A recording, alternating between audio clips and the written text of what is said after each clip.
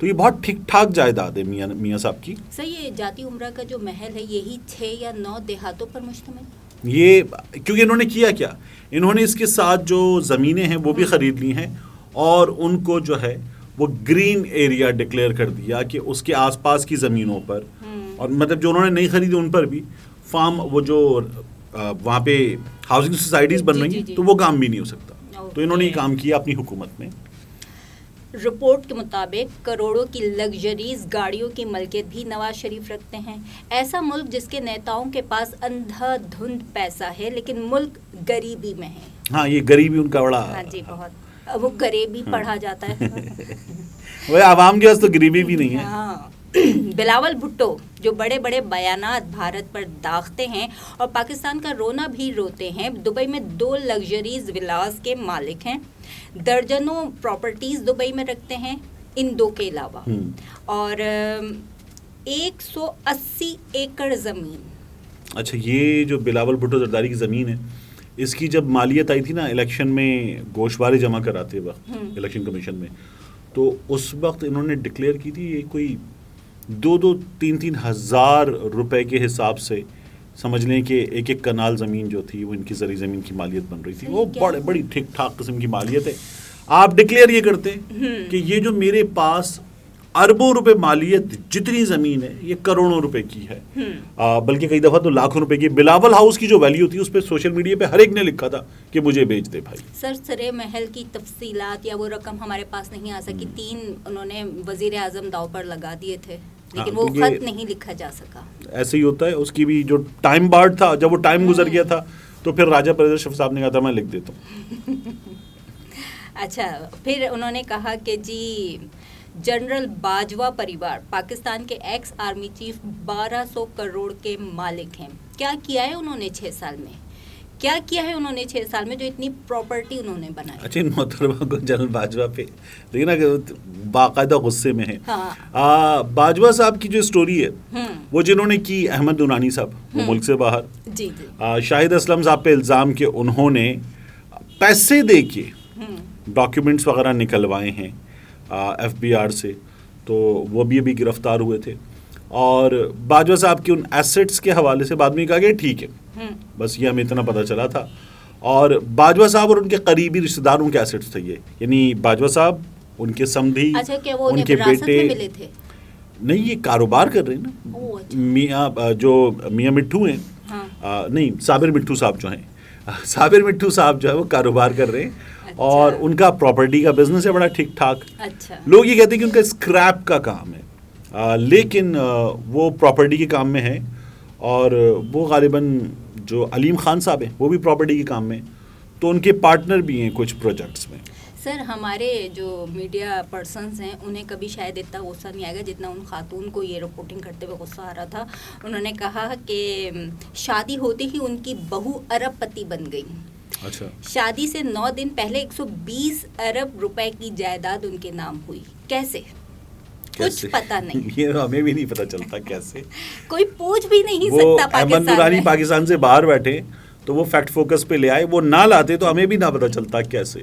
وہ کہہ رہی کوئی پوچھ بھی نہیں سکتا پاکستان تو وہ. اچھا ویسے یہ بات ٹھیک ہے کوئی پوچھ بھی نہیں سکتا. دیکھیے ہوا کیا نون لیگ نے کام کیا.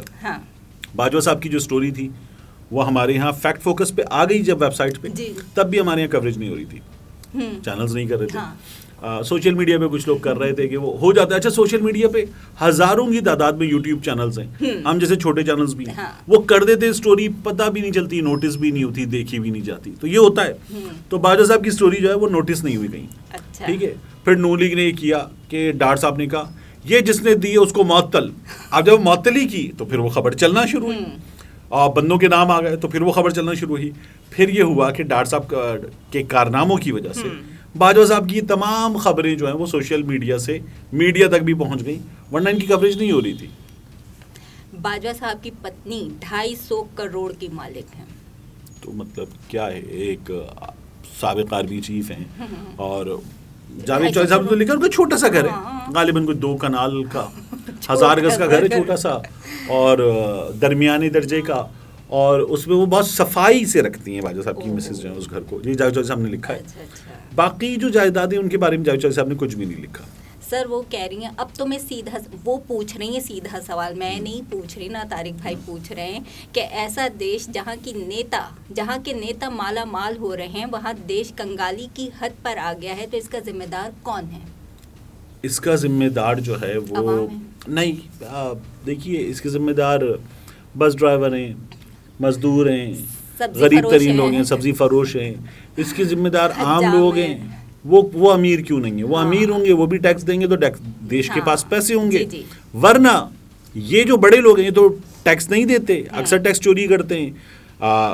اس کے بعد یہ ناجائز ذرائع سے دولت بناتے ہیں اور اس دولت پہ ہمارے ہاں کوئی ٹیکس ویکس نہیں آتا تو ملک کے پاس پیسے نہیں ہیں اور یہ ملک کو لوٹ لیتے ہیں. تو پھر اس کے بعد ہمارے پاس کچھ بھی نہیں ہوتا. تو ملک اس لیے کنگال ہے کہ غریب آدمی جو ہے وہ محنت کر کے اتنے پیسے نہیں بنا رہا کہ وہ ٹھیک ٹھاک ٹیکس دے. یہ ملک کی غربت کی ایک وجہ ہے. اور وہ ساری قوم کو نیٹ وہ کیا کہنا چاہتے ہیں, ٹیکس نیٹ, ہاں جی وہ اس میں لانا چاہتے ہیں, لیکن وہ ساری اشرافیہ کو چھوڑ کے پارلیمنٹ میں جو بیٹھے ہیں ان کو چھوڑ کے باقی تمام ملک کو لانا چاہتے ہیں. بس ایسا ہی نا کہ قصور جو عوام کا ہے اور کسی کا قصور نہیں ہے. سر انہوں نے وہاں پہ موجود کسی کرنل سنگھ سے پوچھا کہ بتائیں آپ کے یہ ایسے کیسے بن جاتے ہیں پیسے نا, تو کرنل سنگھ نے ہمیں بتایا ہے کہ آرمی دیش کے لیے بنائی جاتی ہے, دیش آرمی کے لیے نہیں. اچھا یہ وہاں کا کرنل ہے نا تو یہ وہاں سنگھ کرنل سنگھ بولے یا سنگھ پھنسائے اس کو کوئی فرق نہیں پڑتا. یہ یہاں بولے گا تو اس کو پڑے گا فرق, تو وہاں بول سکتا ہے وہ. یہ جو فگرز ہم دیکھ رہے ہیں یہ شاکنگ ہیں. میری تمام انڈین آرمی کے تمام افسروں کے پاس جو پراپرٹی ہے انہیں بھی اگر ہم ملا لیں تو ہم ایک آرمی چیف کا, پاکستان کے آرمی چیف کی پراپرٹی کا مقابلہ نہیں کر سکتے. اچھا گڈ, یہ چلیں غریب محنت کر حسد مت کر. انہیں اکسا رہے ہوں اور کیا, محنت کریں پیسے بنائیں آپ لوگ. بھائی یہ بہت زیادہ وہ ہے. سر یہاں پہ میں پوچھنا چاہوں گی کہ ہمارے سسٹم میں وہ کیا نقائص ہیں جو چور دروازے بند نہیں ہو پاتے اور اتنی بڑی بڑی کرپشن ہو جاتی ہے اور نظام یا ایگزیکٹو کو پتہ نہیں چلتا. نہیں پتہ تو چل جاتا ہے لیکن چوری کیوں سب کر رہے ہوتے ہیں. وہ شریک جرم نہ ہوتے تو مخبری کرتے. ہمارے یہاں چوری سب کرتے ہیں نا. بات یہ ہے کہ آپ کے یہاں لائن مین پکڑا جاتا ہے تو وہ لائن مین کا 4 منزلہ گھر ہوتا ہے. آپ کے یہاں اسی طرح سے کوئی بھی ایک میٹر ریڈر پکڑا جائے تو اس میٹر ریڈر کی جو جائیدادیں نکلتی ہیں ان کو دیکھ کے ہم حیران ہو جاتے ہیں. تو یہ ہمارے ہاں جس کا جہاں داؤ لگتا ہے وہ ٹھیک ٹھاک پیسوں کا مالک نکلتا ہے. یہ جو مفتی سعید صاحب ہیں عمران خان صاحب کے خلاف جو گواہی دینے آ رہے ہیں, مفتی سعید صاحب ٹھیک ٹھاک جائیداد ہے ان کی. فضل الرحمان صاحب جو ہے لینڈ کروزرز وغیرہ میں سفر کرتے ہیں, بڑا ٹھیک ٹھاک گھر ہے. پوچھا کس نے تو کہتے دوستوں نے دے دیا, چندہ ہی بہت ملتا ہے. ہاں تو وہ آ جاتا ہے وہاں سے. اب چندہ جو ہے وہ ملتا ہے مدرسوں کے لیے, مساجد کے لیے. پشاور میں جو ان کی مرکزی مدرسے اور مسجد کے ساتھ گھر ہے وہاں پر بھی لکھا ہوا کہ وہ لیبیا کے معمر قذافی صاحب جو ہیں ان کی طرف سے پیسے ملے تھے. اوکے اچھا, ٹی ایم کیا ایسی ویڈیوز کے جواب میں ہمارا میڈیا بھارت کے سیاستدانوں یا جرنیلوں کا پول کھول سکتا ہے؟ دیکھیے ہم اپنوں کا کچھ نہیں کر پاتے تو وہاں کیا کریں گے. ایک اور وہاں جو ہے وہ حالات خاصے بہتر ہیں. وہاں جو کرپشن ہے اگر وہ ہوتی ہے تو بندہ پکڑا جاتا ہے اور پھر اس کے بعد وہ بھگتتا ہے. تو ہم یہ خبریں تو دے دیتے ہیں کہ وہ پکڑے جاتے ہیں اور بھگتتے ہیں. ہمارے ہاں کوئی بھی پکڑا جائے تو وہ یا تو اسپتال چلا جاتا ہے یا ملک سے چلا جاتا ہے یا اس کے بعد وہ بیمار پڑ جاتا ہے اور اس کے بعد آپ کے ہاں وہ اقتدار میں آتا ہے اور قانون بدل لیتا ہے.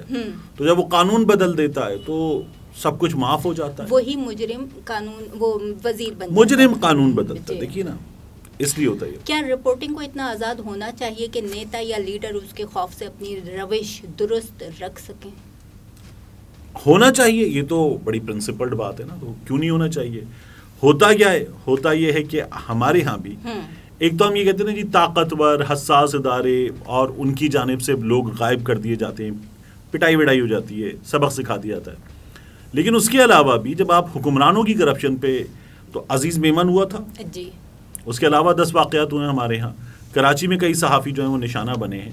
تو پھر وہ نشانہ بن جاتے ہیں. جب آپ طاقتور کے خلاف بولتے ہیں تو آپ نشانہ بن جاتے ہیں. وہ طاقتور سیاسی طاقتور ہو یا غیر سیاسی طاقتور ہو تو نشانہ بن جاتے ہیں. تو یعنی کہ صحافی کے لیے کسی سیاسی بیانیے سے جڑا رہنا اپنی بقا کے لیے ضروری ہے. وہ بھی اس کی بقا کی کوئی ضمانت نہیں ہے. ہاں اس کے نتیجے میں بھی اسے نتائج بھگتنا پڑ سکتے ہیں. ہاں بجائے اس کے کہ آپ دوسروں کی یا کسی کی بھی کرپشن پہ بات کریں, آپ کسی بھی طاقتور کے دم چھلا بن جائیں اور اس کی واہ واہ کرتے رہیں, اس میں بقا ہے. جمہوریت کی لاش پہ طاقت ہے خندہ زن, اس برہنہ نظام میں ہر آدمی کی خیر. سعادت حسن منٹو نے کہا تھا کہ وطن کی خدمت شکم سیر لوگ کبھی نہیں کر سکتے. وزنی معدے کے ساتھ جو شخص وطن کی خدمت کے لیے آگے بڑھے اسے لات مار کے باہر نکالتے ہیں. اگلی کسی رپورٹ کے ساتھ پھر حاضر ہوتے ہیں.